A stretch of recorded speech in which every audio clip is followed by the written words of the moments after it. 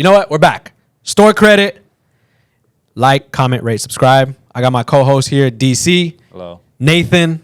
What's up? I remember the first time I was working at Round 2, somebody came in through the front door and they're like, yo, Nathan there? And I was like, fucking Nathan. Go to the back. I'm like, yo, we got Nathan? He's like, yeah, that's me. Anyways, we got a special guest, long awaited, in the flesh, highly requested. Briss Rodriguez. Fuck off. Hyped you up, bro. Even Arian was like, I just want to hear what he has to say. All right, what's up, guys? Normally I'm the host, Yeah. but today I am the guest. You're in the hot seat. I'm in the hot seat. This seat is actually pretty warm.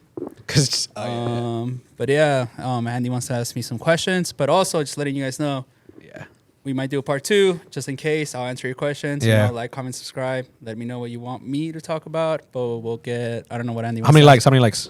I'll do it for free, bro. Fire. I'll do it one. Easy. I'll do it One like? One like. Gets a negative like?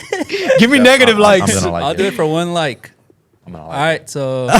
What'd you say? I'm gonna like it. Oh, they said I'm not liking No, it. I'm gonna like it. All right. So why'd you bring me on here? All right, bro. We don't know because the people like I always get like, Briss. Oh, we want to hear this. How did Briss do that? How does he have this? So we're gonna start off. How'd you get into sneakers? Just real quick rundown. Pretty quick. Just growing up playing basketball, I would say it's pretty like stereotypical or like whatever. It's just basic to be like, oh, I got into it because of basketball. But no, it was because of basketball. Really, I think my favorite shoe to play in growing up was the Huarache, the Nike 2K4. I remember they started doing like LA Laker colorways. Yeah. One had like the LA map. But yeah, it was just basketball. And then you get into high school and you kind of start like, I would say almost like picking a personality that you want to do.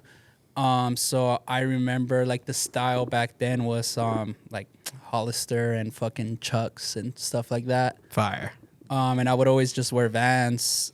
But then, I started thinking like, damn, like I could wear my Jordans, and then seeing like, I would say like ISS forums, which is So Collector for people that I don't know, and seeing people like get dressed and stuff like that was pretty fire. And then you start getting introduced to certain things. And then there was certain dudes in school that were always just like fresher than everybody. Yeah. And there was a couple. This industry wasn't as big as it is now.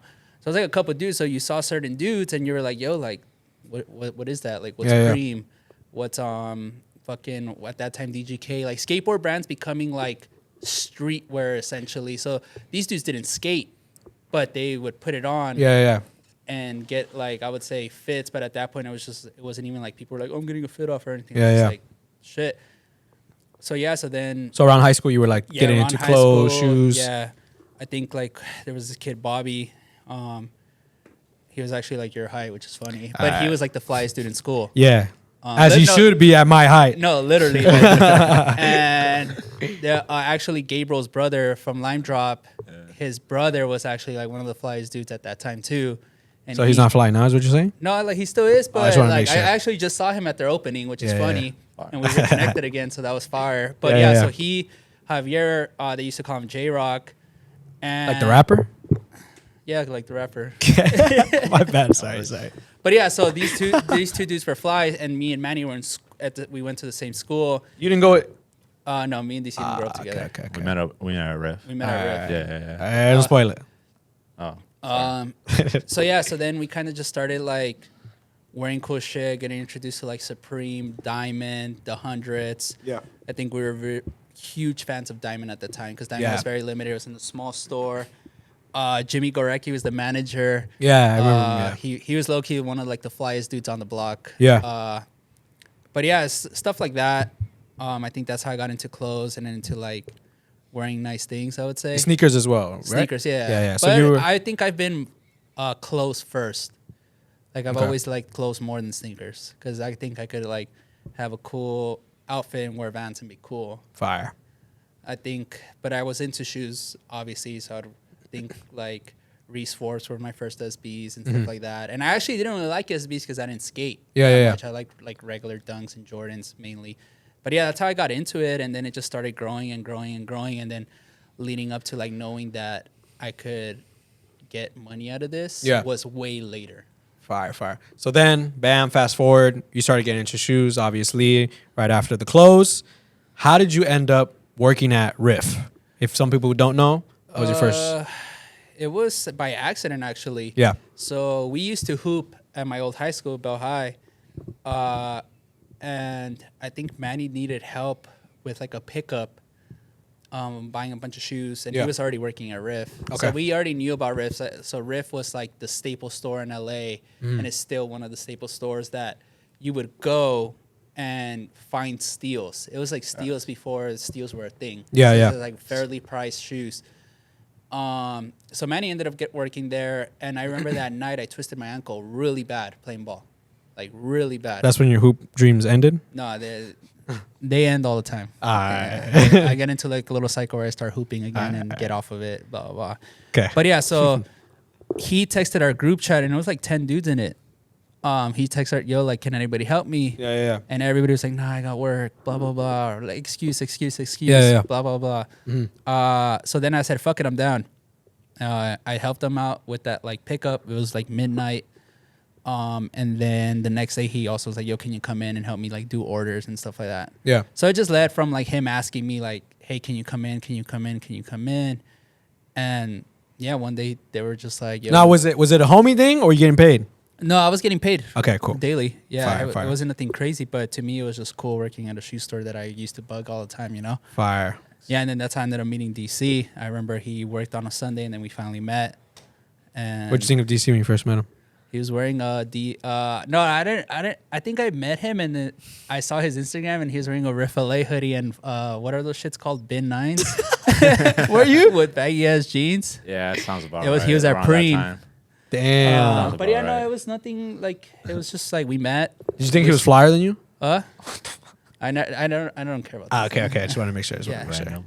Cool. My bad. That's cool. Why you always trying to bring him down, bro? Yeah, my bad. Anyways. You're gonna fight on this episode. Yeah. The prelims. Kiss. All right, cool. Oh. Hey. All right, so bam. Fast forward, you're working there. Then what happens? You get a job? or So what? one day they like put me and DC to the side, and Carl's there. Oh, so DC is already working with you at this point. No, well, he's there too. He's like, we're interning essentially, or we're Fire. helping out. Okay, I don't know what okay. it was. It was very like, it's like, at the end of the day, these stores. There's no rules, bro. There's no rules. Yeah, We're like yeah. kind of mom and pop shops. We're not Okay, like a okay. corporation. We don't have crazy backing or nothing. Okay. What's it called? They asked us, they're like, hey, you guys want to intern, but it's gonna be a 6-month internship with no guaranteed job. Facts. And they're like, but we'll hook you up. You get discounts. Yeah, blah, yeah. blah, blah. So we're like, fuck it. And I still remember the day he got hired first. And then the day that they kind of offered me the job, like fully, or the internship or whatever. Yeah.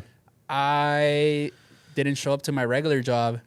Which was? I used to work at Ann Taylor at Citadel. It's an all-girl store. And I think that's how I found out how to like talk to people. To 'Cause- women. Well, yeah, because if you could talk to women Yeah. and I sell feel that, I them feel and that. blah, blah, blah, you start learning how to talk to people. So Yeah. I was at this store and I was like, bro, like I asked Willie. Willie actually got me that job. Fire. They were going to give me an award that morning because I was killing it. I was like flirting with the mamas and all that shit. What the fuck? Literally, I was just like, yo, sign up for this. You get 30% off. Yeah, blah, blah, yeah, blah. yeah. I was selling up Easy like money. easy money.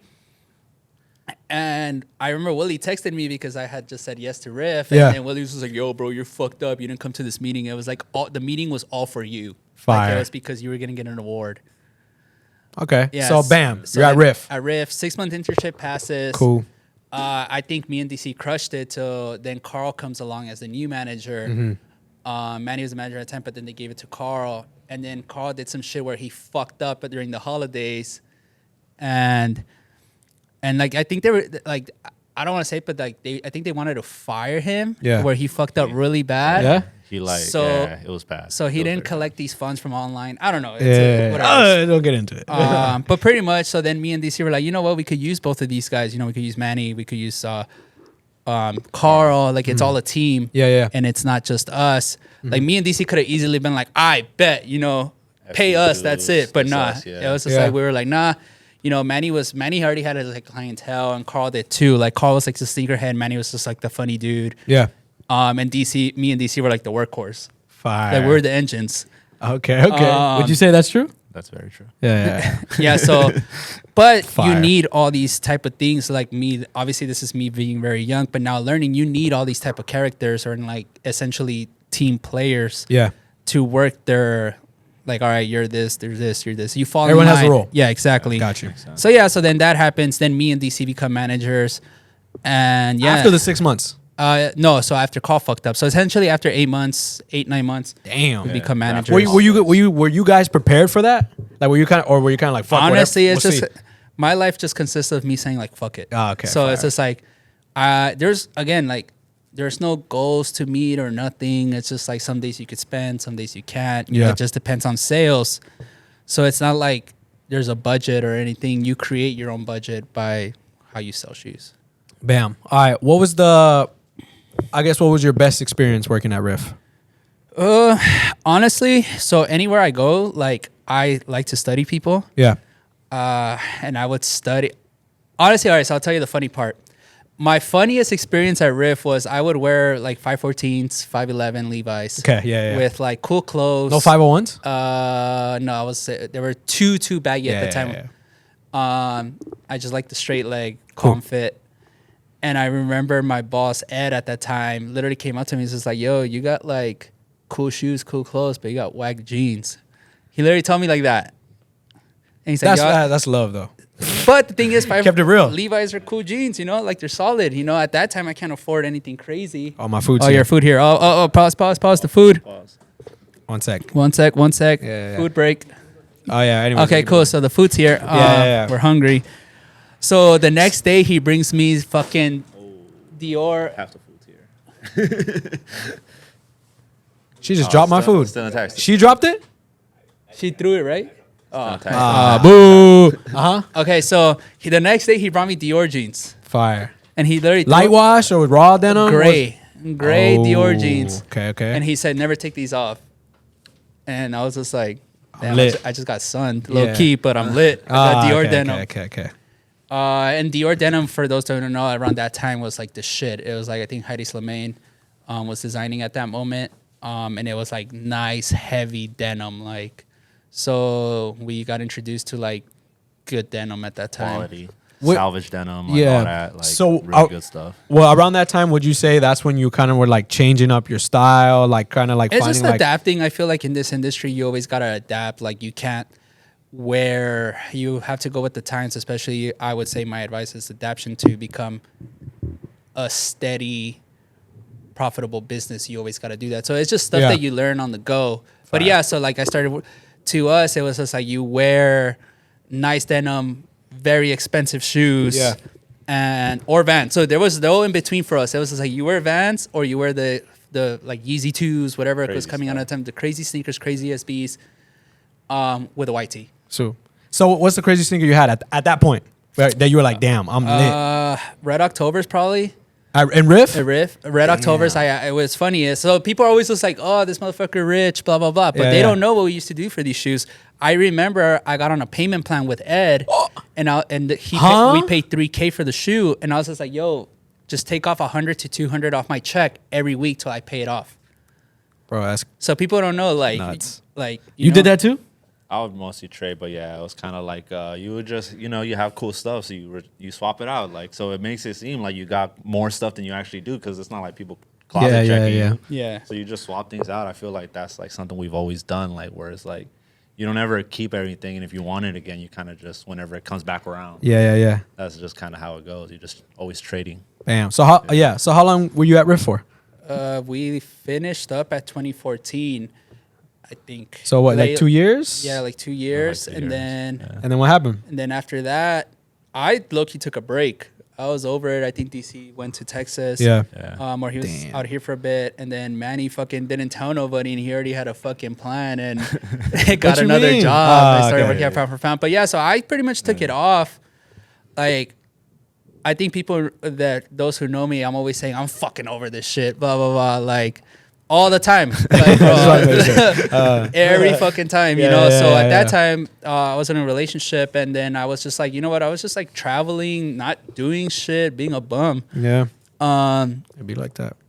But it was quick, and then I remember because I had some bread saved up. Yeah. And then I got a job actually at Neo 39 in Pasadena, but that was very What is short. I was a boutique on Colorado. Okay. I was in the offices just, bro, not doing shit, Yeah. keeping it a buck. Like it was cool. It was giving me a check, but I wasn't doing anything. So at that time, were you kind of like, fuck am I doing? Or you're kind of just like, oh, whatever. I was just chilling. Yeah. Just chilling, getting paid, still traveling. Yeah. Like I was going to like London, Greece, and shit like that. Lucky. So that's when I got introduced to like traveling and At exploring age? It was like 2014. What is that? 22. Oh, okay. Yeah, 23?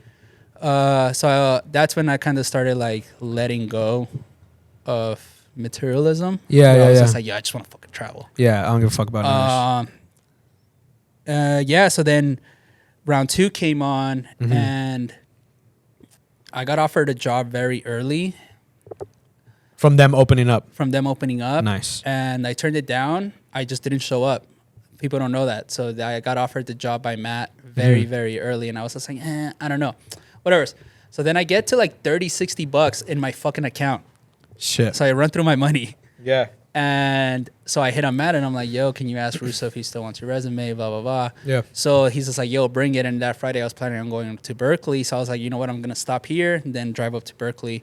So I stopped by. Because you went there or? No, I just... That's another All right, thing. go on. So do that, drop off my resume. Literally, Russo hits me up. It's like, yo, can you start Monday? And I was just like, bet. Easy. And then I still remember my first day there around 2. I show up. All the characters are there from the show. Like, it's mad funny. Yeah. Oh, so you already kind of knew everything I kind of knew because I would go sell shoes through them. Blah, blah, blah, Sounds good, and they sounds would good. pay well. Sean Waterspoon would pay so fucking well. Fire. I remember he paid me $900 for wing 12s. I was just like, bet. Fuck. You're like, I'm lit. Okay, bam. So First day. And I remember I tell Russo, I'm like, yo, can I buy? Yeah. And he goes, what? And I was just like, yeah, can I buy? And he's just like, bro, nobody's ever asked me if they could buy. Usually I gotta like ask, blah, blah, blah. Dictate. So from there on, he literally just plugged me on the buying counter. Yeah. I learned, it was like, I remember my first week, I bought a fake Bape hoodie. Yeah. But I wasn't really good with clothes like that, like as in like authenticating, because at Riff, we were just sneaker authenticators. We weren't clothes because they had Riff too. And John Lee. So you were just so shoes only. So yes, I bought a fake hoodie.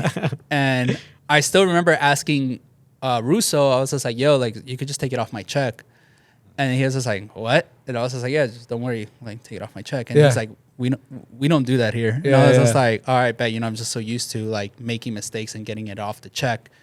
So yeah, so that just started, I would say, what I didn't know, a really good relationship between me and like the round 2 owners. Yeah. Just being very open with them and honest about like shit like that. But yeah, so I just got glued onto the fucking counter and that's all I would do. I would just go in and buy. buy. That's it. Cool. And then around this time, so it was just you. When did like Manny and DC get into the mix? So I don't know what happened. So I think one day it clicked. I mean, I could be wrong, but it clicked in Russo where I was a person that could do it all. Like I could talk to people, I could do this, I could do that, because they would just hire people just off like just to hire them. Yeah. So then he asked me, so it's like, yo, like, do you know more people like you? Yeah. And I was just like, oh yeah, I know a couple actually. Yeah. I think I offered first the job to Manny, turns it down because he's at Mac Park. Oh yeah. And then I offered to DC, and he's like, I'm in Texas, so he couldn't come back. And then that same day, fucking David Meredith comes in, and he's just like, hey, man, we're going to close down our store, which is Pound for Pound. And David was working there. Hatcher. Nice.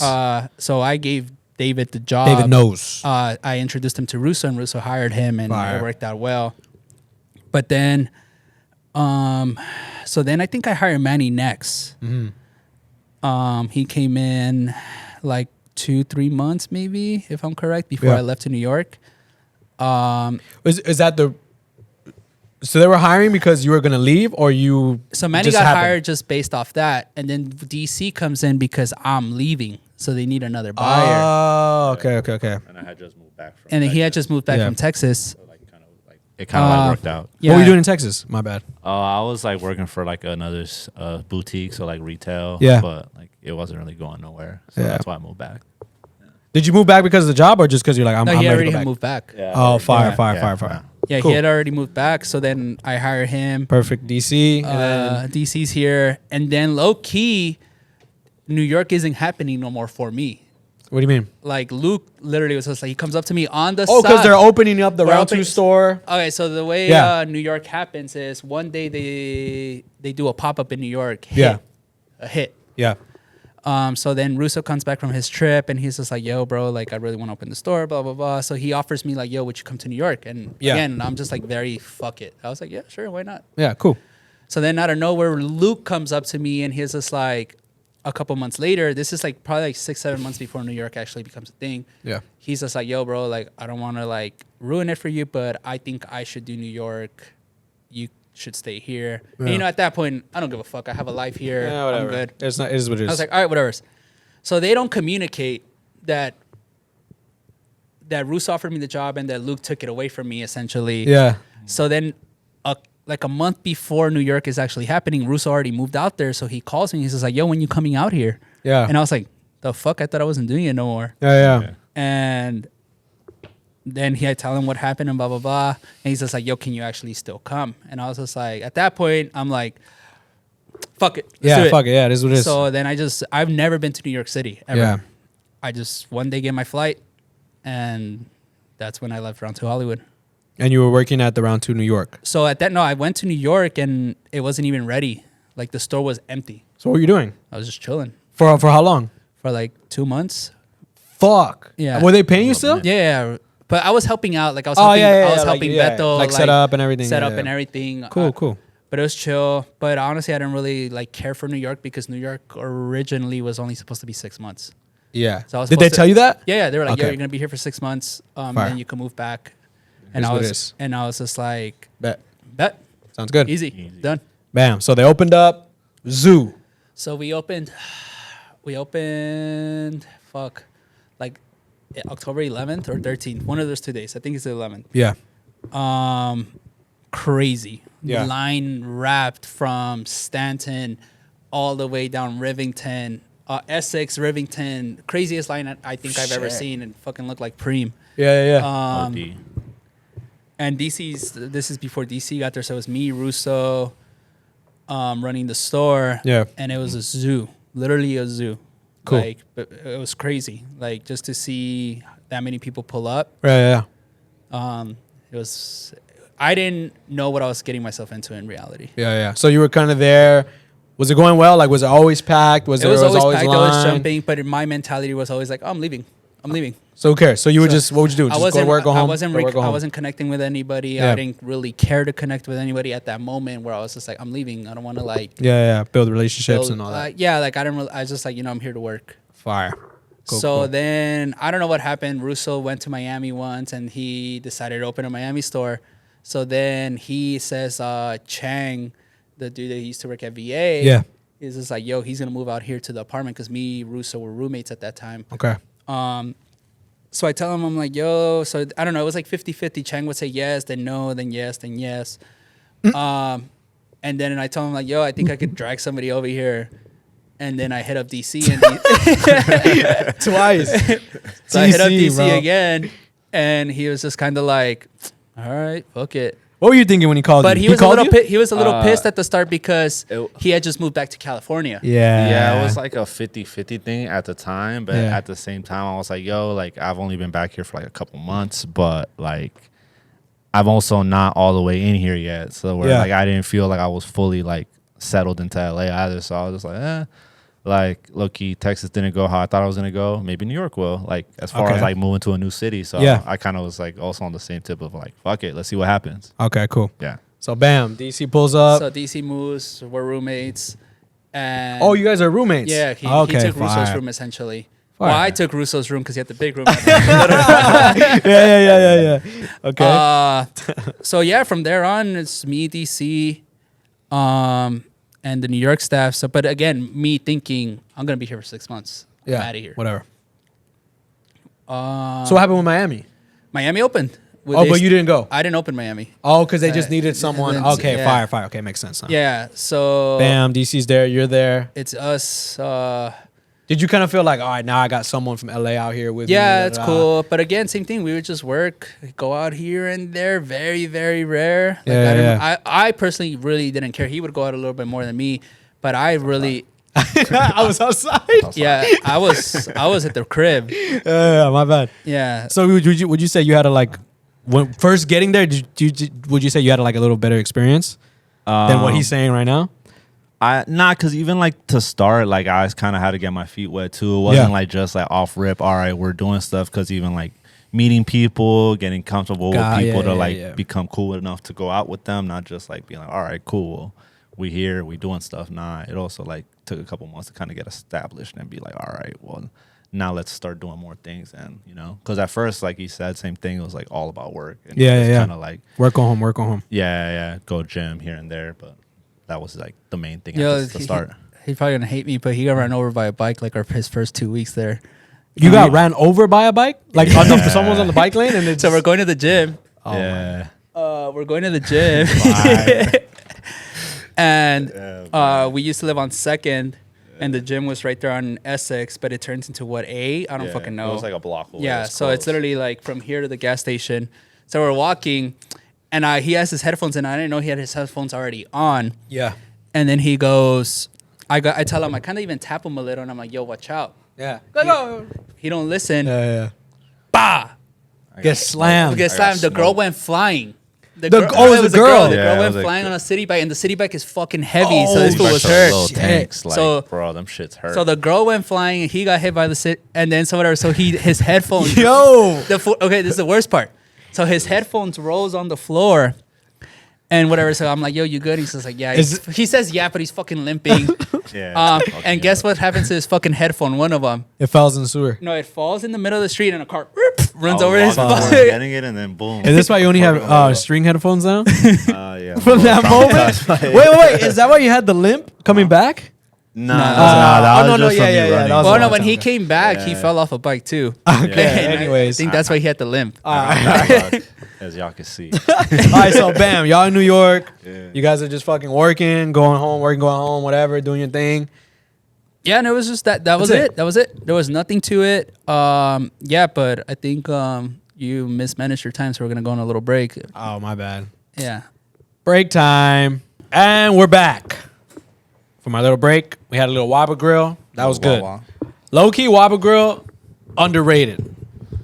What do you think? Yeah, it's underrated. It's good for the gains, too. Yeah, facts. We all been in Cindy Fit coming soon. Facts. Anyways, back to the story. Bam. So you're in New York, you in DC, going up, working your faces off. What was like the best part about it? Like when you were in New York, like where you were like, oh, it's actually pretty cool. Whether it was buying, selling, whatever. I think in New York, I really started getting back into like my resale, like roots, I would say. Like I just become more of a reseller again.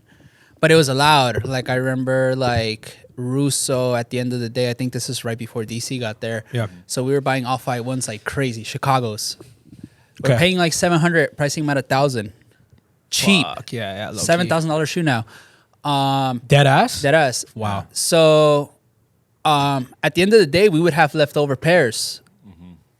So like we would buy a lot. Like around to New York, we'd buy more than anybody. Literally nobody. Nobody would like spend like us no out budget. there. Yeah. Fuck. Because the money was like turning around quick. Because people in New York are on it, bro. Like on it. That's why even like our section, like I was like, bro, half of these shoes in New York would be fucking gone. Yeah. But factual. So I remember for a while, like every off-white that was coming out from the original 10, at the end of the day, whatever was there, I would ask Russo, I'm like, yo, can I buy it? And he'd give me off-white ones for $800, Chicago's, brand new. So I would literally, boom, give him the bread, we out. We obviously roomed together. We out? Yeah, so I was buying a ton of pairs. So you were just like flipping into the streets? No, I wasn't even, I was just hoarding. Nice. So yeah, I just got back into reselling because it was so easy, hoarding. Wow. And then I'd hit up, and this is when like the relationship with Danny, and it was just Danny before Simon. It was just Danny by himself, and I would just hit him up. And not like, DC. No, the Myths, Danny, District like, 1 Danny. Gotcha. So we like just like sell him shoes. Sometimes even sell it back to round 2. I remember after like a couple months. I remember sometimes we needed heat, and literally I had it in my fucking house. I would just bring it back, make fucking $400 or $500 on these fucking shoes. Damn, that's fire. Back out, you know, like it was. I think it just got me like it was just part of the city where it just everybody there knows how to hustle, knows how to make money. Yeah. How would you say the pace is out there compared to Bro, LA? Because I feel like a lot of people don't like understand that. Bro, like I can't even say it, bro. Like it's just like like fucking New York is just like quick, bro. Like quick. But I already had moved fast out here, but I didn't realize how fast it was if you fast forward 5 years later to when I moved back, and like motherfuckers over here in here are walking so slow, and I'm just like, am I moving too fast, or is this his normal pace? And blah blah blah, shit like that. And New York is just so quick, bro. It's just everybody's on the go. It's fast. You go this way, that way, that way. You never fucking know. There's just shit going on all the time. All the time, like. So 24/7. would you say that was when the time where you're kind of like, all right, I'm starting to fuck with New York? No, not really. I just started. I was focused. I was focused on getting bread. Yeah. Collecting the coolest shoes. I remember like this is a real story, by the way. This kid came with Euro Off-White ones. DC was there. Euro Off-White ones, like 5-6 pairs of them shits in a box before they came out. Yeah. Before anything. I remember that. For some reason, I had a ton of money in my bag, and I literally was just like, I told DC, I was like, I'm buying all these fucking shoes. Yep. That's a true story. So I had all the all-white ones, the right? all-white ones. Yeah. He came from overseas, right? Yeah, he came from overseas from, that's where I don't want to say from where, but yeah. So how much did you cash them out? I think I gave him like $2,000 a pair. Fuck. And I was like, how much were they going for? There was no market at that time. He had them early. Like, I don't know if they had like some event out there that they got them. No, he literally said I just flew in from fucking London or something like that. Was there any like a party you were like, fuck, 2K is kind of high, or you kind of like, nah, I need them? No, because Off-White Chicago's were already at 2K. Okay. So you're like, fuck it, yeah. Yeah, cool. so I was just like, oh, this one's UK only. Yeah, Euro exclusive or whatever. Facts. So yeah, then I just started hoarding shoes. And then, but same thing for me, it was good because something cool would come into the shop. Yeah. I would let it sit for a bit, and then if it still got there, I got a ton of trades at home. Yeah, I yeah, got fuck like it. bet, you know. But yeah, so I got like my hustle mentality back, and it was just kind of like, oh, I got it, blah blah blah. Mm-hmm. I think it started with the Fragment first, but that was where. Is that when you started wearing them with New York? No, Fragment started in Hollywood. Okay. I just for some reason was just like, damn, the silhouette is like a little higher. Because you were going to every like resale shop. Yeah, I was going to resale size, stores right? and paying $1,000 for these shoes, anywhere from $800 to $1,000. Fuck. So I would go to Riff, Flight Club. Is it because you liked them that much? Yeah, so I would just start buying them. Fire. Wow. So I ended up with like 14 pairs. Jesus. And I didn't expect them to go up or nothing, but I'm not gonna lie, round two had a big reason why those shoes like went up. I would say because they went from $800 to $1,000, and then everybody had them, and we were buying them from people and selling them for $1,500, and people were buying them, and at that time, round two's influence was so heavy that like everybody, Sean, Russo, Luke, me, Carlos, everybody had a pair of Fragment ones where people were like, yo, we want these Fragment ones. I think also is when the Marshall picture came out. Yeah, that one was huge too. Yeah. I remember the kid came in, and I think Russo cashed them out like $900, and that's how Russo got his pair and Luke, because they had both their sizes. Yeah. Wow. So what was the story? One more time. The kid, his mom or some shit like that, worked at Marshall's, told him like, yo, we have these shoes. The kid just bought them and literally came in, showed us the receipt. It just said $49.99. And you cashed them out? We cashed them out for like $8. It was Russo that did the deal. Fuck, bro. But we just couldn't believe that shoe, $1,000 shoe at that moment, was at Marshall's for $49.99. Yeah, it had already been like a couple months after they released also. So yeah, it was like a while. It was okay, a year almost after they released. But yeah, so the Fragment was like my first like hoarding shoe. So then I just really got into hoarding very expensive shoes. Yeah. Like, I remember Tom Sachs came out and we were still in LA. Sachs. And they had the event in New York, and it's mad funny because I was buying off people that I ended up meeting, and I thought they were taxing me at $600 for Tom Sachs. I bought 2 pairs for $6 each, and I was like, fuck, I paid rape. Yeah. Definitely. 12, well, I guess. Well, they were going for $6. I just paid market, but I really wanted them. But Tom Sachs for $5K shoes now. Like, but it's just like you can't. The sneaker game is not what it was even a couple of years ago. It's always transitioning so fast that you just never know now. Like people ask me, "Oh, what's a shoe you'd hoard?" And it's hard. I mean, I can't believe lost and founds went all the way down to $300. They did. They're back up at $500, but still, like a shoe like that should not be $300. Yeah, literally. And you're even buying what GS pairs for like what $200? $200. Selling them at $275. $75 profit. Fuck That's it, quick. insane, bro. But yeah, so the pace, I started enjoying it. I started knowing that, like, then I started finding out the nightlife. Yeah. And then like the secret nightlife to the fucking nightlife. And so I just kind of started using my connections, and I think the city just started fucking with me. Because everywhere I would go, people would be like, yo, you're not from here, huh? And I was just like, nah, how do you know? And they're like, because you're too nice. Literally, that was like my pass everywhere. Like people fucked with me because I was nice. Like, but the thing is like, that's how I grew up. Like, you're respectful and tell everybody like hi. Like, some of my best relationships started by me saying, hey, have a good day. Or people hey, nice to meet you. Or hey, nice shoes. Like Sedell's, everybody always tells me like, how do you go to Sedell so much? Blah blah blah.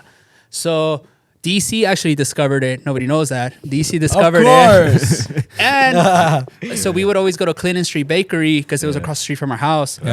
And he discovered it, and he's just like, yeah, I went out to Sedell's. He said, you should check it out. He said it. He's like, it's pretty good. You went for breakfast, but or he didn't what? gas it or nothing. Yeah, because I was like, especially on my off days, especially early on when I didn't have nothing to do, I would just randomly go around places. I'll take a little walk. You know, in New York, that's what you do. You walk. Low key. And then if I was like trying to get lunch or breakfast or whatever, I would look at spots. And if something looked intriguing to me, I'll just be like, oh, let me try it. What's the worst that could happen? Yeah, so DC put you on. So he told me, he's like, it's pretty good. You should check it out. Yeah. So I go like on a Wednesday. It's dead. I walk in, and the dude, I didn't know who he was at the moment. He had Off-White ones, Chicago's. We passed by him. I had Fragments, I believe, and I was just like, hey man, nice shoes. He tells me, hey man, nice shoes. Whatever. Easy. I come back on a Saturday, bro. This place is a zoo. Jumping. So I go up to the front, and the lady goes like, oh, it's gonna be an hour and 25. Fuck. So I'm like, breakfast or what? For breakfast to get in. Jeez. So I tell her, I'm like, bet. I was cool. I'm patient. I'm not gonna be like, oh no, oh my god, I'm leaving. I was just like, bet. I was off Saturdays. Yeah. Adam, which we're really good friends now, he sees me and remembers me off that compliment, and he was just like, oh, you're good. Come in. So he walked me into the table, literally waited like 5-10 minutes. So then after I'm leaving, I leave a nice tip, and I pay in cash. Trip out for my first like 5 months at Sedell's, I was paying cash, and they don't take cash. So I would just leave all the money on the table and dip. So one day they stopped me, and they were like, yo, like, we don't take cash. And I was like, bro, what the fuck? I've been paying cash the last 5 months. So someone was probably pocketing that. So that first day, I gave Adam my card. I had a fucking business card. And I'm like, yo, if you ever need anything, hit me up. Just based on him getting me in, I gave him my service of like, yo, that day or that first day, first Saturday ever. So I told him like, yo, if you ever need any shoes, hit me up. Got you. And yeah, so it started. Like then I became a regular there, where I would either go by myself if I had somebody important to take there. Yeah, it was just like the spot, staple spot for you, for me. Like every Saturday, I would go more, but every Saturday for sure. Sit there every Sunday, sit there and just chill, enjoy my food. It was just like, it was regular. And then anytime my homies would pull up, we would take them, and it just it's funny because it became a thing where everybody thought I was posting a fucking Coke, but it was my coffee. Everybody thought it was. I for sure thought it was that. Like I remember all my homies were like, bro, it's like 6 a.m. Why are you drinking Coke? 6 a.m. out here. And I was just like, bro, it's coffee. So they got that like crushed ice in it, so it doesn't look like coffee. But that should look good. I know that's a religious, like, there's no cap in this rap. It's because I remember when we went to New York, we sat down. First thing the girl said, black iced coffee. Off rip. Didn't even like, black iced coffee. Or sometimes they would just bring it off rip. And he's like, cool. So they already kind of knew, like, oh, we already know this motherfucker black iced coffee too, even sometimes. Yeah, and then like there, it's just like they become know me. Adam would be like, hey, this server needs a pair of shoes, blah, blah, blah. Like, so it was just like back and forth. It wasn't just me hooking up Adam. I was hooking up the whole establishment. Fire. But so that's how like I started building my connections, just based off just shoes. Doing stuff. And it was just kind of like, I think just to bring people value, it was kind of just you being like genuinely a nice person. Like, you weren't like, oh, I'm gonna do this so I can get hooked up. No, never. Yeah, exactly. Never. It was just kind of like, oh, you want shoes? I have access to them. Yeah. That's the thing. Like, I feel like our culture sometimes is very gay kept, or it's made believe to be pretty gay kept. Where I'm the total exact opposite. I want you to experience what I experienced. Yeah, you don't give a fuck. I want you to like get the shoes. I want you to be happy to get the shoes. It brings me more joy to see a kid line up and get shoes than me buying a pair of new shoes. To me, it's just like them being like, oh, I got these and you don't. Yeah, exactly. You rather that. Like I'd rather have everybody have fragment ones. Fucking Panda Dunks, beautiful. Everybody has Panda Dunks, you know. You want 7.5. Yeah. Cool. DC, you feel the same? Panda Dunks go. About gatekeeping. Oh yeah, I always found out like I don't know. It's like, bro. But I was like that though. I was like that when I was young, where I didn't want to. Before streetwear was like a huge thing, I wouldn't want people to get the shit I had because I was just like, yo, like, I got this, like you don't. But then I started growing up and obviously being more welcoming and growing. But yeah, so then all my relationships were just based on me being able to get people shoes. Like I was just like, yeah, I got you, yeah, I got you, yeah, I got you. All right, so bam, fast forward, you're in New York.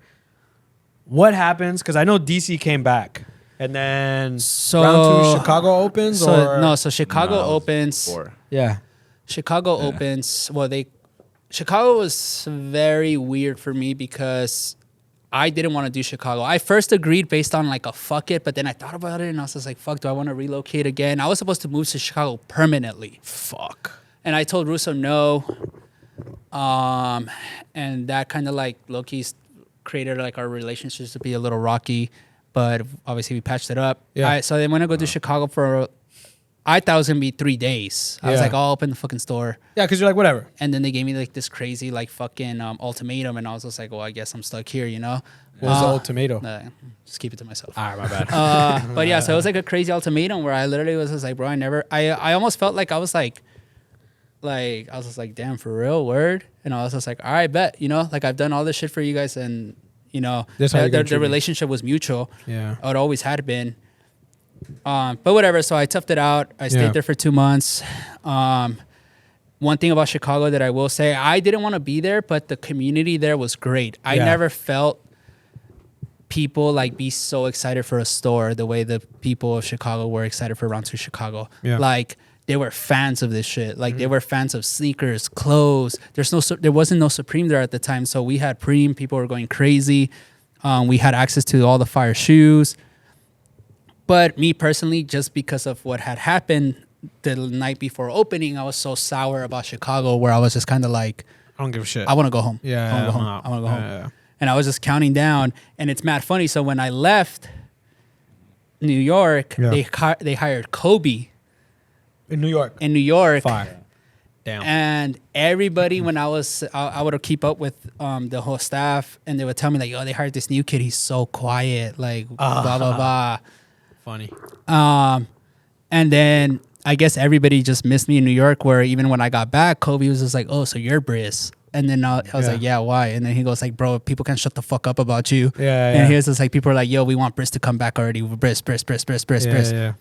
And then I met Kobe, and I was just like, "This motherfucker loud as hell. Like, how's he quiet?" Low-key, he is loud. Not gonna lie. He was like the best. Kobe's probably like the best employee ever. Yeah. He's like the super employee. Mm-hmm. Yeah, good with people. Very good with people. But yeah, so then I came back, and but you went back to New York. I went back to New York, finished out the year. DC's still there. DC's still there. Then the fucking pandemic happens. Yeah. Whoa!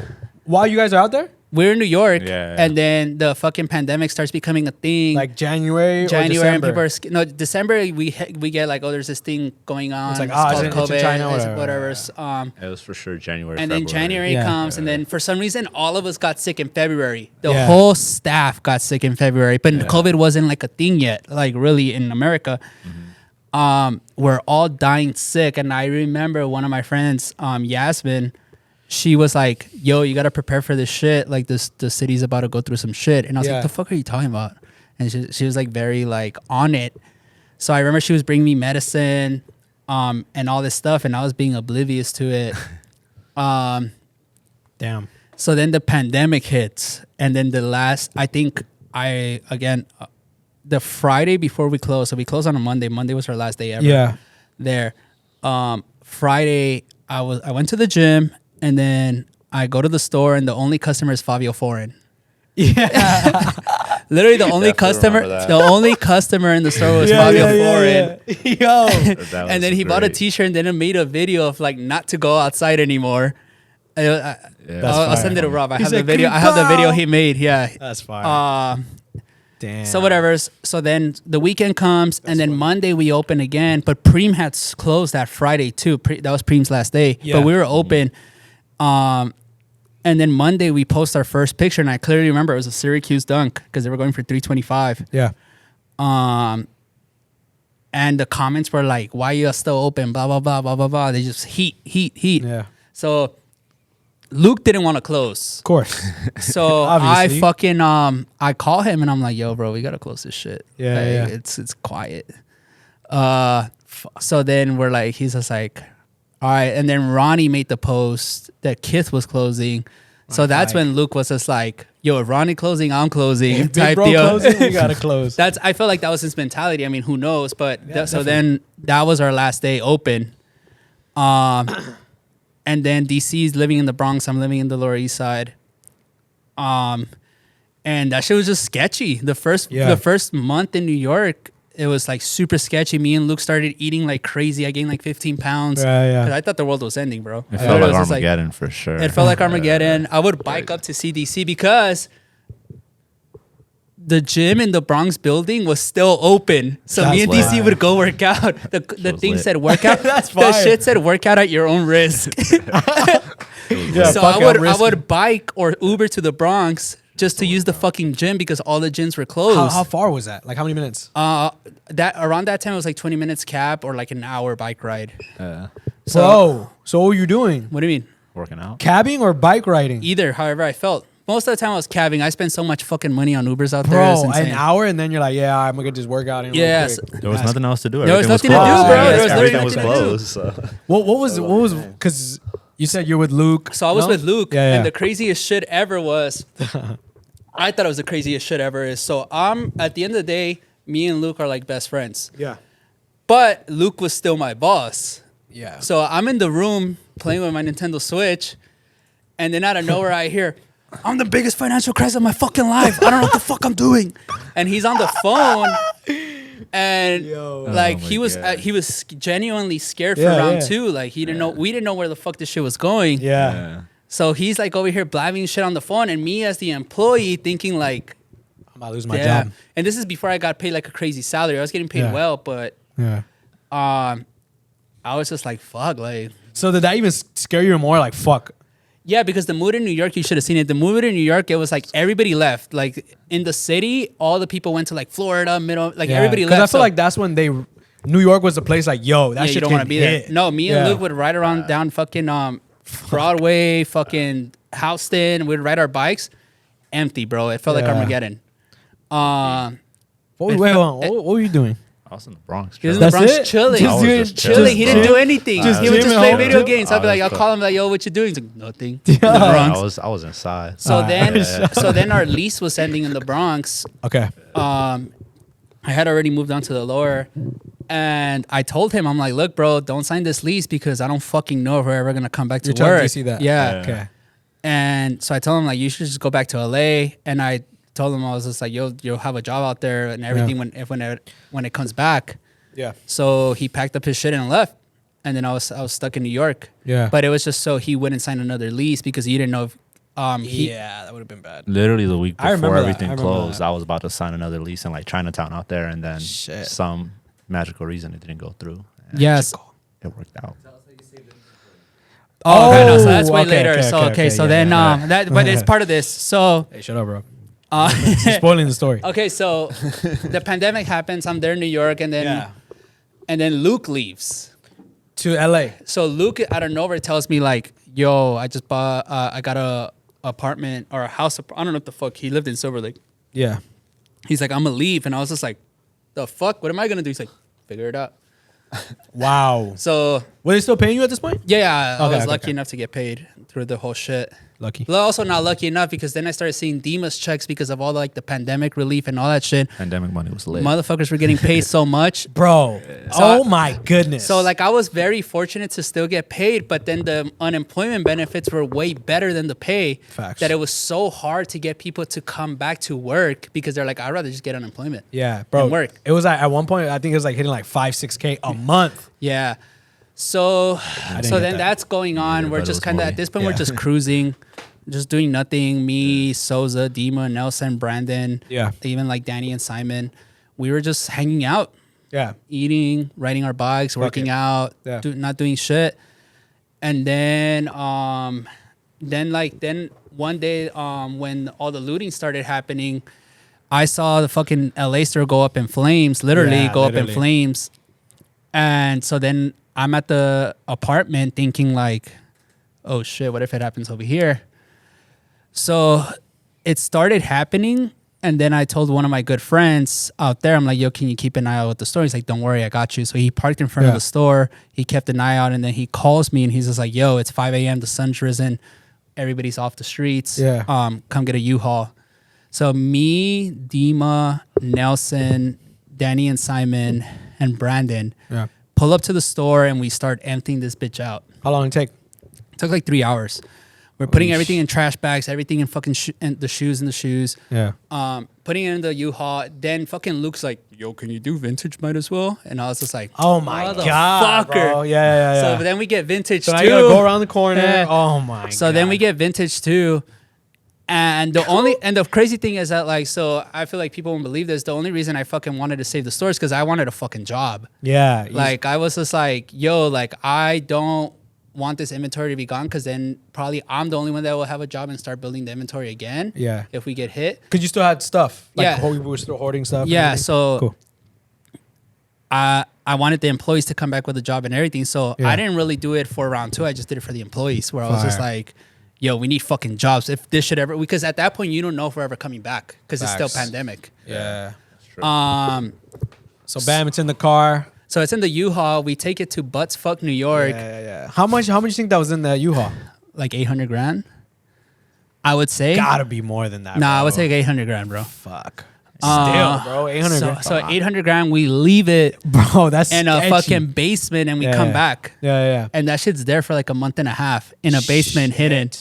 So then they started letting places open. LA, Florida was always fucking open. Easily.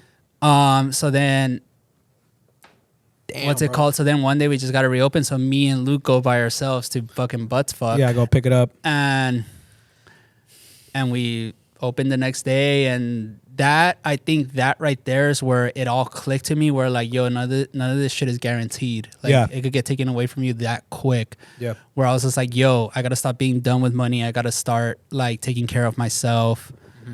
It just clicked. Like I do a lot of thinking regularly. So imagine when like you're just alone, like, you're just in your thoughts. every day.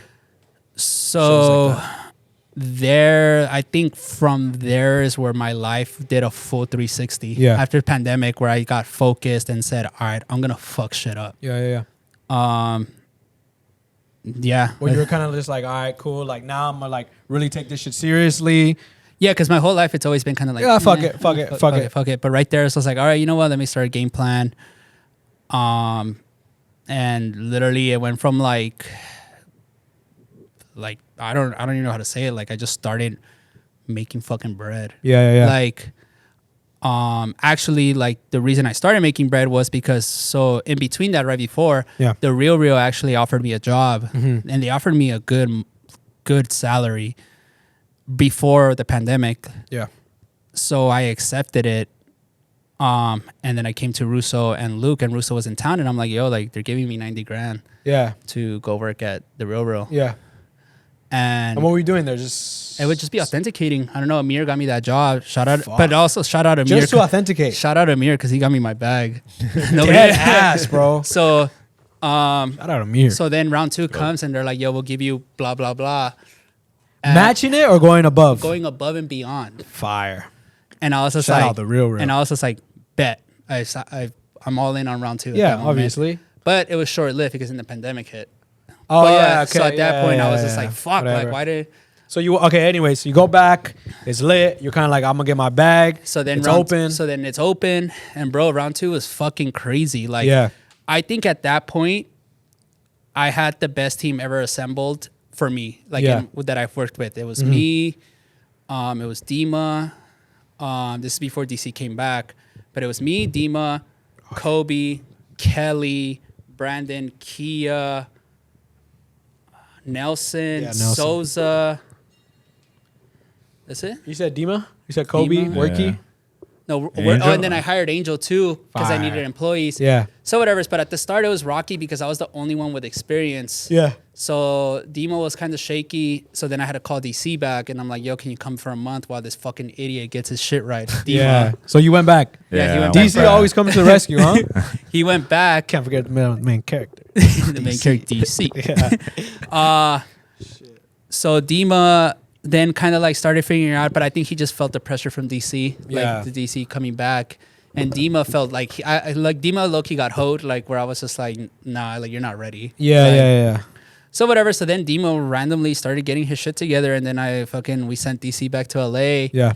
And then right there again, it's just like that team. It was just perfect, bro. It was just like I was the oldest one, with Souza. Yeah. So it was just like a lot of youth and a lot of like Wisdom, but also a lot of fucking like they were into it. Like they wanted to be part of this shit. So people came and enjoyed work and did work. Everything, yeah, bro. yeah. Like they Hustling. everybody was getting fed. The streets were getting fed. Around 200 was getting fed. EDD was lit. Yeah, EDD was lit. Low-key. And low-key, I would just take care of everybody. Yeah. So it was like perfect. But yeah, I think again, you mismanaged your time again. We're gonna go on a little break. Tell you guys more in a bit. We are back. Hello. Better than ever. All right, so bam, you're in New York, you're running it up, getting your money right.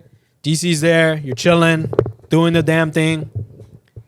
Obviously, it can't be all sunshines and rainbows. Well, it was for a while. It was like a good minute where I remember. So then, I think I returned like an ultimatum to round 2 where I was just like, look, I'm gonna go back to LA. Yeah. Or you could give me this apartment, help me out with this fucking apartment at this crazy ass building, and I'll stay. Okay. So. Oh yeah, because you're okay. Because I was still in on Hester Street in Chinatown. Nice. So they helped me out with rent for a bit. Well, what Luke did. I don't know if I'm gonna get him in trouble, but Luke did help me out. He's out. You're out. It's in the past. Yeah. So Luke like was like, all right, I'll help you out with rent if you just stay, because round 2 Chicago, New York was so good that he was just like, I can't fuck this up. Yeah, exactly. So they get me like essentially like that's where like I would say my like elite lifestyle started because of that building. Yeah. Like I literally moved into this fucking crazy building, 1 Manhattan Square, right there by the skate park. Yeah. I was living on the 17th floor. I had a view of the fucking the bridge and the city. And then I just was just like, damn, like I fucking live here. Like it was like amenities everywhere. And then I was making money. I was making money through Myths, which just later on became District 1. Mm-hmm. So I was fucking crushing it. Yeah, like, you're just I making was just like killing it. And I was just doing, bro, I had access to anything. I could go to any bar. I could go to like any restaurant. Like it was cool. And it was just based off shoes. Yeah. Like I like was going in and out of spots. But whatever. So that was cool. But then, then I think I sent this picture to Danny and Simon of somebody looking at the fucking, the location where District 1 is. Yeah. And it was going to be another shoe store. Mm-hmm. And then that's when everything, I would say, went left. Yeah. Because they decided to jump on it. They opened the spot. District 1. And then I was supposed to join them. And then fucking... So I verbally agreed yes, which literally I still think about it to this day, where they told Luke, hey, we're opening a store, blah, blah, blah. Luke didn't take it so well and probably still doesn't, but, I get it. Yeah. Business. So they tell him, like, yo, we're taking Briss. And that shit, like, he got on a call and he was just like, yo, bro, if you fucking leave me, like, it was like a crazy-ass call. Where this is where I think some shit backfires on me, where, like, I'm unselfish and loyal. Yeah. where I literally felt bad during that combo, and I was just like, I know I should do District 1, but my heart is like, don't let this guy down. Yeah. Shit. So I told Luke, I'm like, look, bro, you back me up, I'm all in. Yeah. So then I had to fucking tell these guys the bad news. So then I let them down, and then I'm back at round 2, but I'm all in. I'm all in on round 2 again. Yeah.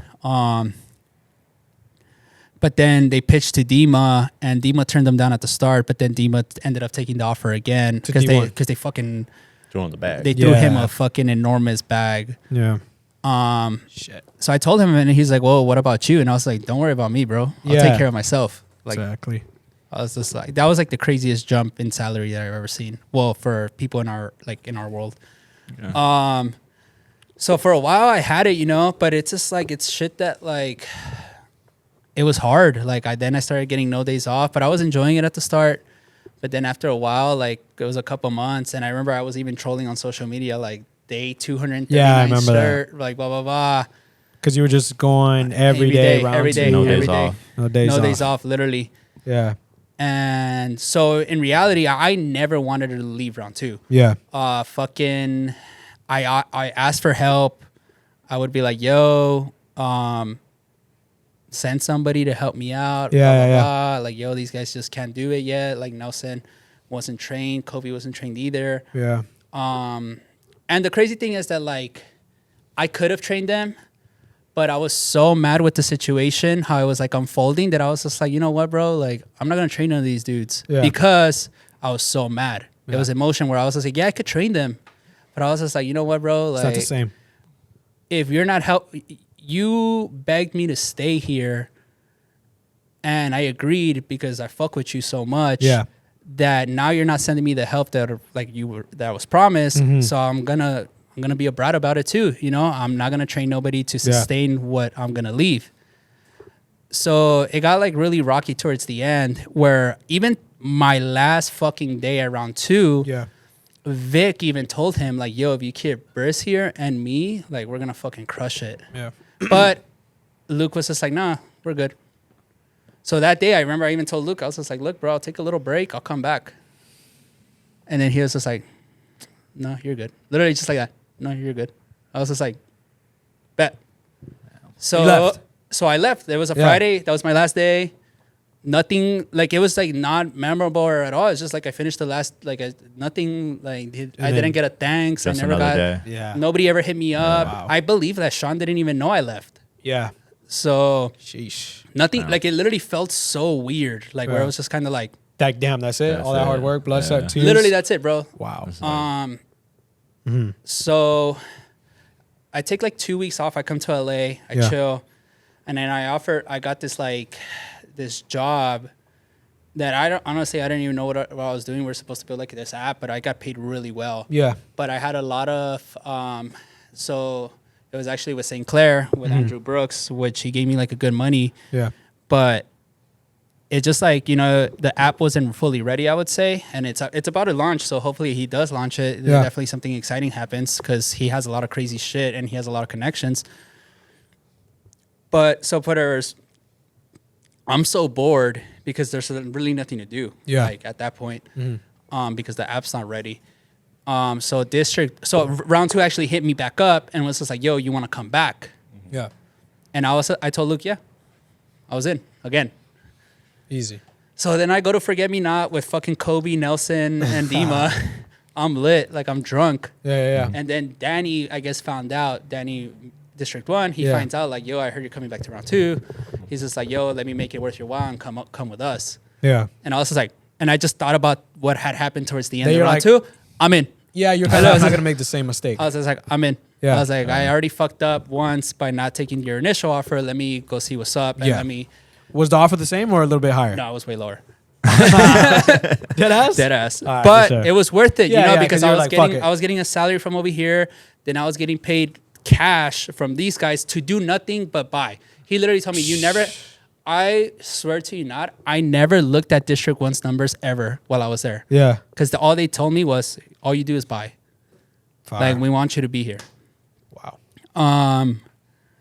So I did that for a while, but one thing I did learn a lot from them was Simon is a fucking genius. Yeah. So I started paying attention to Simon the same way I paid attention to Sean at round 2. Mm-hmm.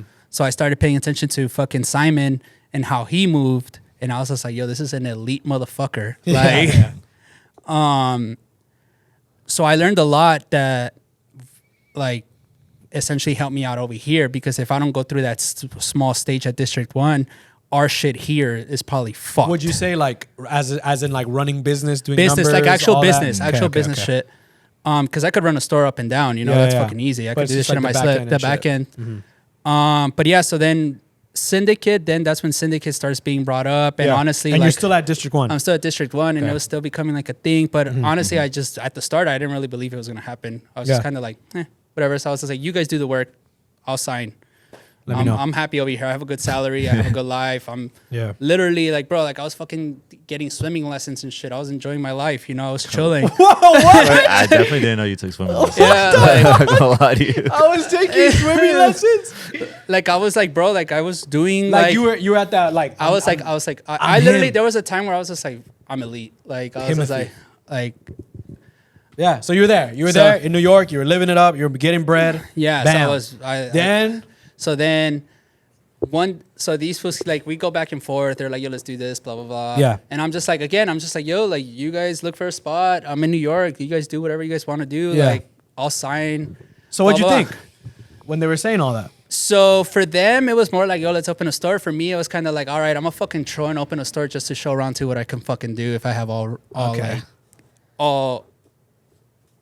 control. Yeah. But even at the start, even if you clearly remember at the start of when we first started this shit, I was just like, I want somebody else to be the face. Yeah. I want other people to take control, to lead. I was like, I kind of just want to be in the back end, not do shit, chill out. Essentially, it's an investment. Yeah.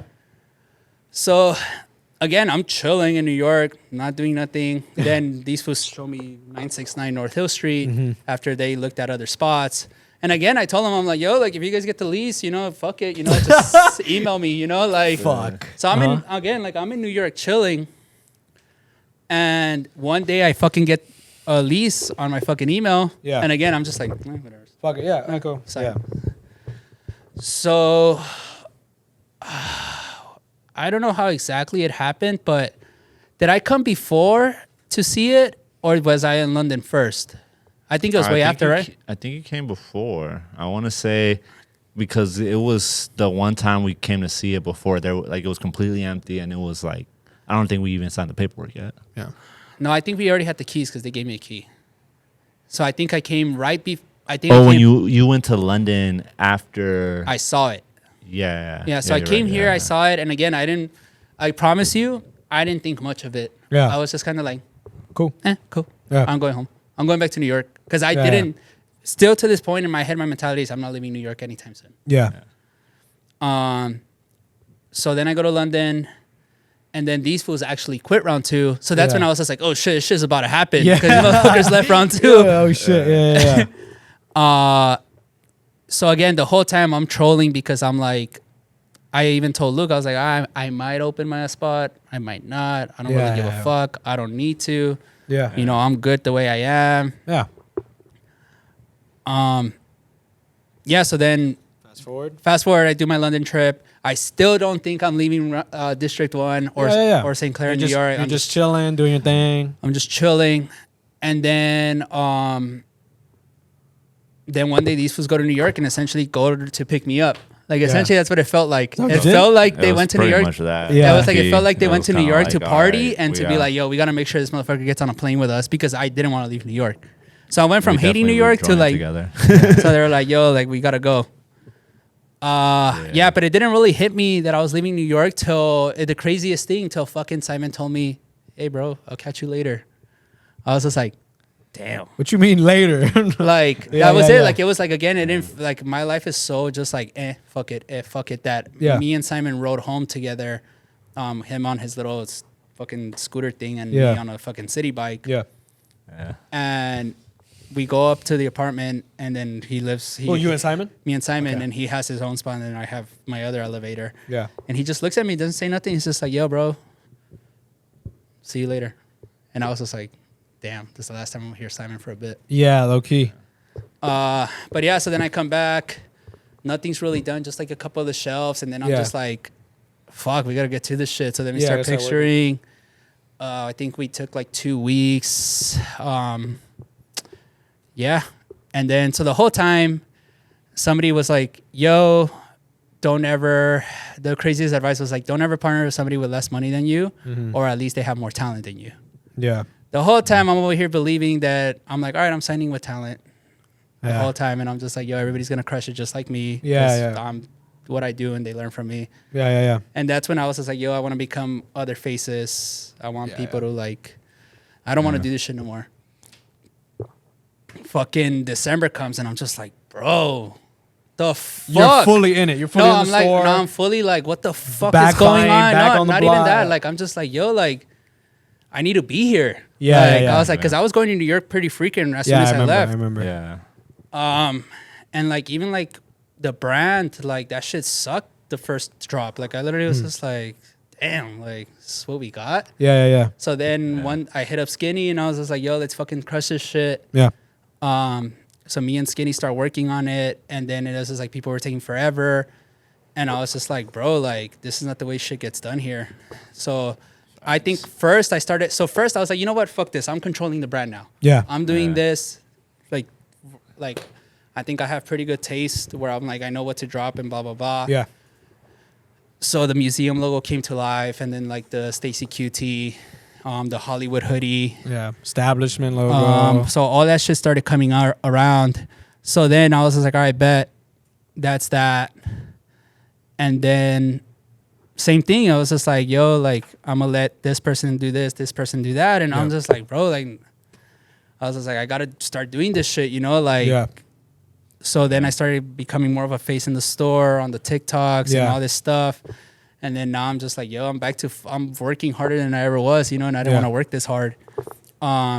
Because I already had made it. So I was just like, I want my homies to make it the same way I made it. Yeah. And then I'm just like, I'm over here busting my ass doing 360s. Yeah. And I don't mind it, but sometimes I'm like, yo, I just want you to run the break with me. I want to be able to dish it off left, right, the same way.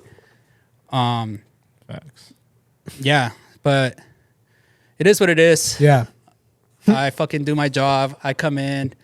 At the end of the day, you know, like I'm really happy with the community that Syndicate is building. Yeah, definitely.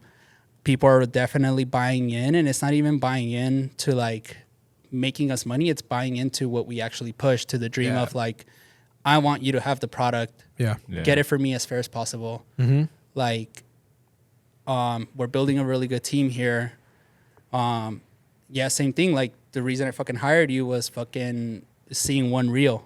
Yeah, I remember. And I remember I told DC, I'm like, yo, hire this fucking kid. Yeah, I remember that. Literally just one reel. Literally one reel at round 2. Because I offered round 2 during the pandemic. Yo, Kobe, Brandon, Kelly, young 20-year-olds. Yuck.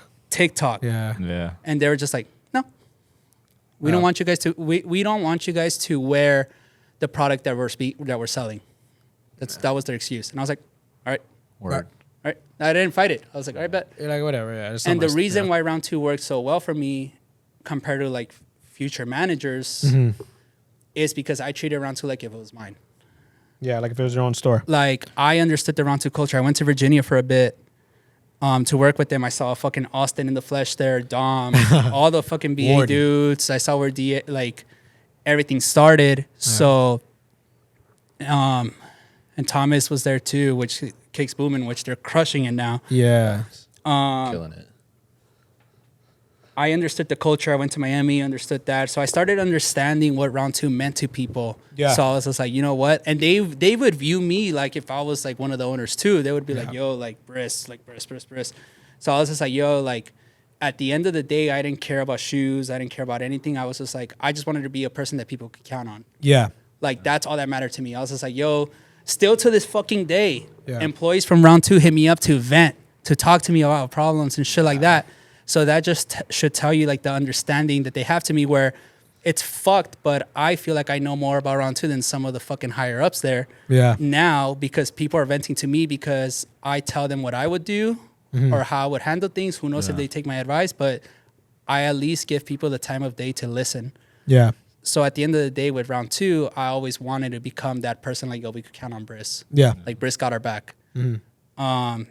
And then same thing out here with people in LA, with the clientele and customers. Definitely. I want people to be like, yo, we could count on them. Yeah, we could count on Syndicate. Like, they got us. Yeah, and I feel like now moving forward, especially with like everything that's going on with, you know, round 2 closing down and just like stuff that's happening in the community, I feel like Syndicate's kind of like that new power plant that's in the city that's like, yo, these motherfuckers are buying, they show us love, they give us free shit, they got good merch, like, and they're really like, and I remember for a bit, like, I kind of knew that, like, because I remember you're like, yo, I want you to be the face of Syndicate. And in my head, just in general with anything going on, someone's house, someone's brand, anything, I'm like, bro, that's cool and all, but this is not mine. Like, this is yours. And in my mind, I already kind of knew, like, people want to see y'all. They don't want to see me.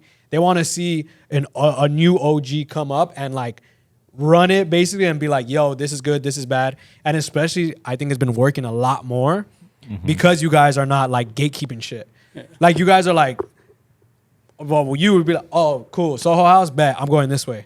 Like, you never, like, really care about none of the hype shit going on. You're just like, I'm just for the people. That's it. I don't care about this shoe, that shoe, see, whatever. That's the thing that, like, people will tell you they're for the people, but then wouldn't want the people to be part of it. Yeah, literally. And that's one thing, bro, I be in the mix. Like, I be fucking, like, I remember one of my friends, I told him, I'm like, yo, I want Swedish House tickets. And then he was just like, oh, what section? I was like, bro, I want to be in the crowd. Yeah. Like, I want to have fun. And he was just like, crowd? The fuck?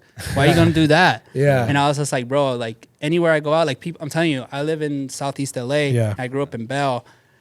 I don't come past the 110. People may not believe that, but ask DC. If you tell me anything past the 110, I will not go. Yeah. I've tried multiple times. I will not go past the 110. Statement. And it's so funny that the 110 is literally 5 steps from here. Yeah. That it's a troll, essentially, that I don't pass that freeway. Yeah. Because I don't like going that way. Like, I don't know. I just feel like I have my necessities on this side where people see me at a Norwalk gym or a Downey gym and they're like, why are you here? Some guy asked me, he's like, yo, you got a shorty out here? And I was just like, I live out here, bro. Yeah. And I was just like, and they're like, how? And to me, that just makes me think that, like, sometimes being in this industry makes people believe that we're probably more materialistic than we are. Yeah. Where they're like, why are you over here? Shouldn't you be like Silver Lake or something? Yeah. And I'm just like, somewhere nice and all that. And I'm just like, 100%. People just think all we care about is shoes, or like we don't have like lives outside of this. So to speak. Like keeping up an image. Bro, like, it's not funny when I tell people, I'm like, yo, one of my favorite fucking bars is Novocaine. I like going to chill there because I feel at home there. Yeah. And I was just like, literally, people say hi to me. I say hi to back. We have normal conversations. I hate talking about shoes, like, off of work. Yeah. But yeah, so I feel like now with, like, where we're at here now. A year later, year and a month. It's just like, bro, I'm over here busting my ass, but it's going somewhere. Like, we had a line fucking wrap around the block. For Black Friday. Where we were giving out $1 shoes and steals. And again, like, most stores would be like, oh, you can get as many as you want. I was just like, nah, 1 per person, because I want every person that's walking in through the store to be like, damn, there's this fucking dude from Wales. He was like deep over there. If you watch the video, he's wrapped around. I remember that. And then he came and he got a DMP6 for $1 after all those people. And he literally was like, I wanted to be part of this experience. And it reminds me a little bit about what Round 2 was doing, where people were coming in and like, they're like, I want this experience. And I think, again, like, it goes back to me not just being in here to collect a check, not just here being like, oh, it's a job. When I was with Round 2, it was like, I want people to buy in. I want people to be like part of this shit. I want people to come in and be like, oh, I want to go talk to Briss. I want to go talk to Kobe. Yeah. And I feel like, you could come here, stand here, get a check, but it's not what it's about. Yeah. It's about like building the brand, building the business up. Yeah. And I mean, again, like, we gave away our fucking Christmas tea. Yeah. You know, I literally was just like, you know what, I'm gonna put my cost into this. Again, it's all financially smart. I would hope so. Yeah. But I think about it where I'm like, you know what, this Kobe tea is fucking fire. Let me make this tea cost $40 for our cost, where this Christmas tea is $0, so I could give back to the community. Yeah. So at the end of the day, like, it's just about like making people happy, and I feel like everybody was just like, yo, I want to come in for that Christmas tea. Yeah. Yeah. We only have like a handful of 2Xs left. Everything went quick. Yeah. So what do you feel like Syndicate and you, I guess, in your life are at now? This is what I believe. Yeah. Maybe different for DC. Yeah. But I want to build Syndicate so high up. And then on our third year of our lease, I would love to, no matter how successful it is or how bad it is, to just close. Literally, I'm just the whole thing, like done. The store, like that's it. Like that's my goal. Store or brand, just dead it. Just dead it. Yeah. 3-year thing. That's It's it. just like it's a 3-year relationship. Boom, done. Yeah. That's the very sporadic me. Yeah. The very like fuck it, let's fucking do this shit. Yeah, Blah yeah, blah yeah. blah. Yeah. Like, but obviously it might change. Who knows? Yeah. But it would be cool to be like, damn, they were there for 3 years. They were very good. They were young. They were exciting. Yeah. Like they were moving shit around. They were helping out, and then out of nowhere, oh shit, they're gone. Yeah. That'd be kind of Came crazy. and went. Damn, Syndicate Museum for real. Literally. But again, that might change. I'm very sporadic. Like even right now during this interview, I was just like, you know what? I'm going to do a fucking stocking stuffer sale on Christmas Eve where I'm going to put out a lot of shit and then just be like, one sale before Christmas so you could come get all your gifts that day. Yeah. Like I'm always thinking of shit. I'm just like, I feel like now I don't have anybody to go tell to, and I'm just like, I'm going to fucking do this shit. Yeah. That's it. It's going to work. My interest is the business, the people. Yeah. So I don't have to ask validation from somebody else where I'm just like, I might do this, I might not. I just fucking do it. Yeah. But yeah, that's where if it was up to me completely, Yeah. that's what I would do. I would build it up, hook people up, blah, blah, blah. And then out of nowhere, people come in and even the sign is gone. Just gone. Like- Dead it. That should never It's exist. an empty building. just Like where people over are with. just like, Oh, the shit. fuck? Yeah, like what happened to Syndicate. Yeah, my end goal, like personally for life, is to live in a farm and do What? nothing. Like that's all. In I wanted. Wyoming? Danny always used to say that. Not this Danny, District 1. He was just like, yo, I believe that like in a couple years, like you're just gonna be gone. And I was just like, what do you mean? He's just like, I could see you living in a farm, Yeah. going for little runs, doing nothing. And I'm like, yeah. I was like, it sounds ideal, Damn, people got one more year then. Or what? 2 more years? 2 more years. 2 more years. All right, 2 more years, Maybe, bro. Y'all better run it up. But that's like the really sporadic thing. The Like, way time goes, yeah, you like know. I think. Do you feel like you can only do this for so long? That there's got to be something else. Not even that. I just feel like I'm very opening to the youth. Like even for yourself, like Yeah. me as a 30-year-old, I'm like, yo, TikTok. Ugh. But I understand why TikTok's so important now. Yeah. I understand. Like it's funny because I watch everything, and like for example, like Andrew Tate, he has a what is it? Bugatti. Clickbait.